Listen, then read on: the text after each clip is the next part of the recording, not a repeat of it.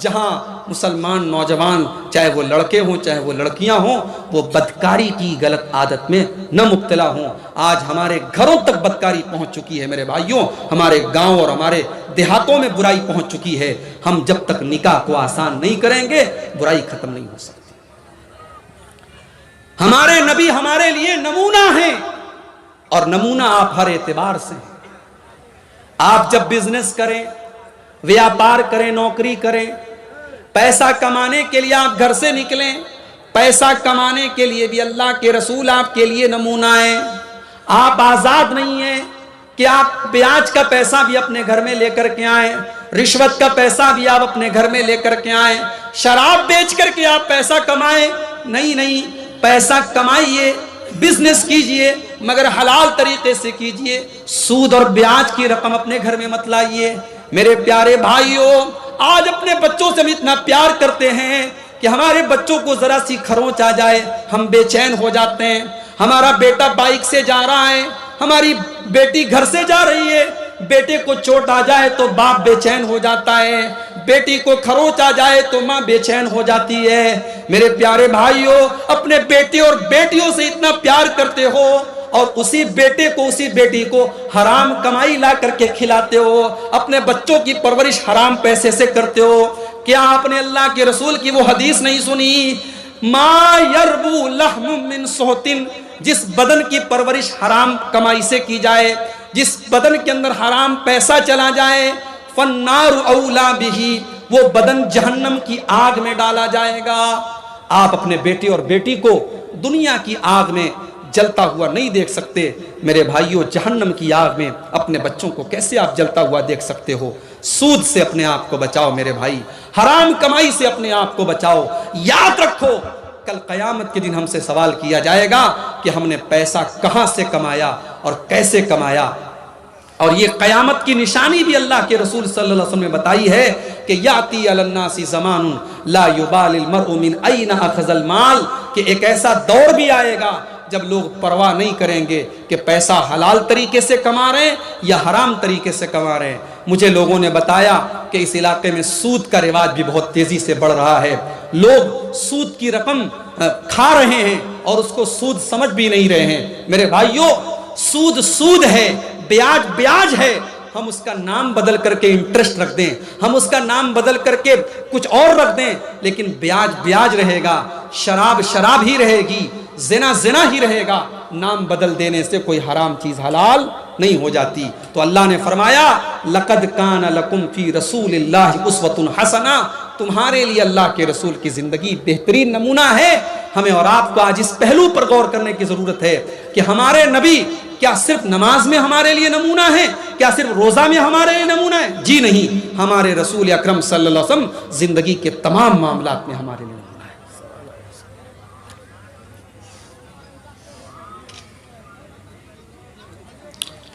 ایک سوال یہ آیا ہے کہ اگر کسی نے کسی لڑکی کو گود لیا ہے، پالا ہے، تو وہ لڑکی پالنے والے انسان کو باپ کہہ سکتی ہے یا نہیں، اور پالنے والی عورت کو ماں کہہ سکتی ہے کہ نہیں؟ بالکل کہہ سکتی ہے۔ بھئی ہم ایک عام آدمی کو اپنے باپ کہہ کر کے، چچا کہہ کر کے پکارتے ہیں، ایک عام عورت کو جو بوڑھی ہے ہم اس کو ماں کہہ کر کے پکارتے ہیں۔ ہمارے ماں کہہ دینے سے وہ ہماری ماں نہیں ہو جاتی، ہم احترام کے طور پہ ماں کہتے ہیں۔ تو ظاہر ہے کہ اگر کسی نے کسی بچے کو گود لیا ہے تو وہ اگر ماں کی طرح پرورش کر رہی ہے، وہ باپ کی طرح پرورش کر رہا ہے، تو وہ لڑکا یا لڑکی اس کو ماں کہہ سکتی ہے، اس کو باپ کہہ سکتا ہے، مگر ماں کہہ دینے سے وہ اس کی سگی ماں نہیں ہو جائے گی، اور باپ کہہ دینے سے وہ اس کا سگا باپ نہیں ہو جائے گا، اور ولدیت میں ہمیشہ اس کے اصل باپ کا نام ہی لکھا جائے گا۔ اور جب اس لڑکا یا لڑکی کی شادی ہوگی، نکاح کے ٹائم بھی اس کا جب نام لیا جائے گا تو اصل جو باپ کا نام ہے وہی نام لیا جائے گا، اور سرکاری کاغذات بھی جب بنوائے جائیں تو کوشش کی جائے کہ اصل والد کا نام ہی لکھا جائے تاکہ کسی طریقے کی غلط فہمی نہ ہو۔ اسلام نے اس پر بڑی سختی سے زور دیا ہے کہ ولدیت کسی کی تبدیل نہیں ہونی چاہیے، جو جس کا باپ ہے اس کے اصل باپ کا نام ہی اس کے ساتھ لینا چاہیے۔ اور یہاں ایک بات اور بھی یاد رکھیے کہ اگر کسی نے مان لیجئے کسی بچے کو گود لیا، اب پہلے سے اس کے کچھ لڑکے یا لڑکیاں ہیں، تو اب اس نے جس بچے کو گود لیا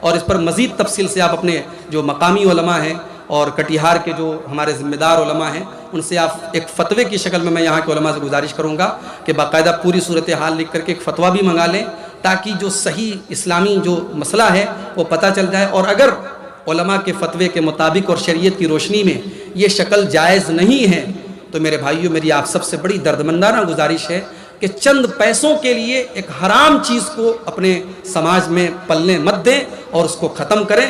یاد رکھیے مکان آپ کا کچا رہے گا تب بھی زندگی گزر جائے گی، مگر اگر کمائی آپ کی حرام رہے گی تو قبر میں بڑی پریشانی اٹھانی پڑے گی اور آخرت کی زندگی بڑی پریشانی کے ساتھ گزرے گی۔ تو اصل زندگی آخرت کی زندگی ہے، اس کو بہتر بنانے کی ہمارا آپ کوشش کریں۔ اللہ سے دعا ہے رب العالمین ہمیں دنیا اور آخرت دونوں جہان میں کامیابی عطا فرمائے، اور آج کا یہ جلسہ جن بھائیوں نے قائم کیا ہے اور جس مسجد کے لیے قائم کیا، اللہ تعالیٰ اس مسجد کی تعمیر کو جلد سے جلد مکمل کرنے کی ہم سب کو توفیق عطا فرمائے۔ اللہ ہم سب کو کہنے اور سننے سے زیادہ عمل کی توفیق عطا فرمائے۔ آمین۔ وآخر دعوانا ان الحمدللہ رب العالمین۔ والسلام علیکم۔